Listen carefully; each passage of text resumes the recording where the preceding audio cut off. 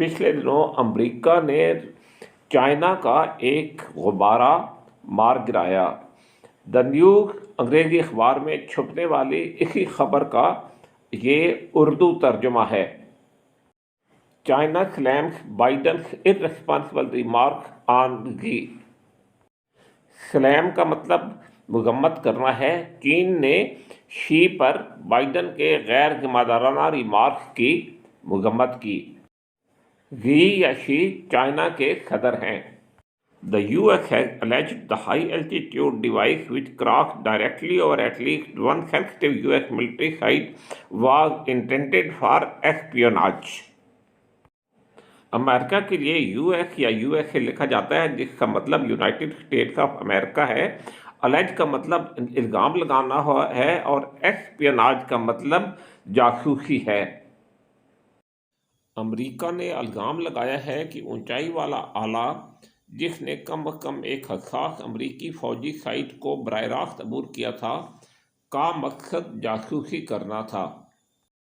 Blue of course کا مطلب ہے جو راستہ بھٹک گیا تھا۔ China has angrily denied the claims, arguing it was a weather observation craft that blew off course۔ چین نے غصے سے ان دعووں کی تردید کی ہے اور یہ دلیل دی ہے کہ یہ موسم کا مشاہدہ کرنے والا کرافٹ تھا جو راستہ بھٹک گیا تھا۔ فلیٹ کا مطلب بحری بیڑا ہے اور ویجیلنس کا مطلب چوکس رہنا ہے۔ On Wednesday, Washington said the balloon was part of a fleet, adding they had been spotted around the world for several years and urged allies to set up vigilance۔ بدھ کے روز واشنگٹن نے کہا کہ یہ غبارہ ایک بحری بیڑے کا حصہ تھا۔ انہوں نے مزید کہا کہ وہ کئی سالوں سے دنیا بھر میں دیکھے جا رہے ہیں اور اتحادیوں سے چوکس رہنے کی اپیل کی ہے۔ الائز کا مطلب اتحادی ہیں۔ اس لفظ کو ریٹورک پڑھتے ہیں جس کا مطلب بیان بازی ہے۔ ہم اکثر اردو میں ایٹیکیٹ کہتے ہیں لیکن انگریزی میں ایٹیکیٹ نہیں بلکہ ایٹیکیٹ کہتے ہیں۔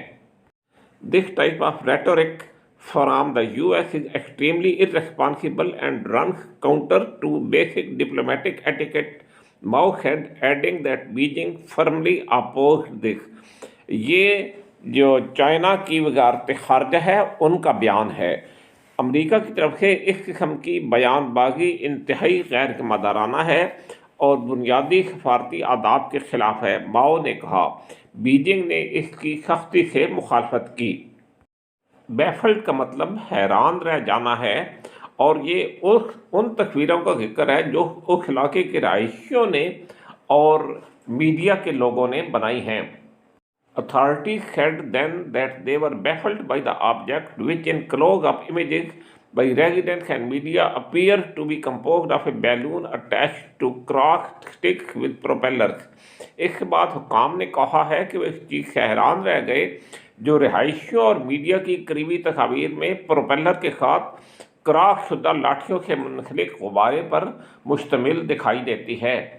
پلیز سبسکرائب کا بٹن دبا کر میرا channel Pakistan English Urdu learning academy subscribe کریں۔ اس میں آپ کو آسان طریقے سے انگریزی کو سیکھنے میں مدد کی جائے گی۔ Thank you.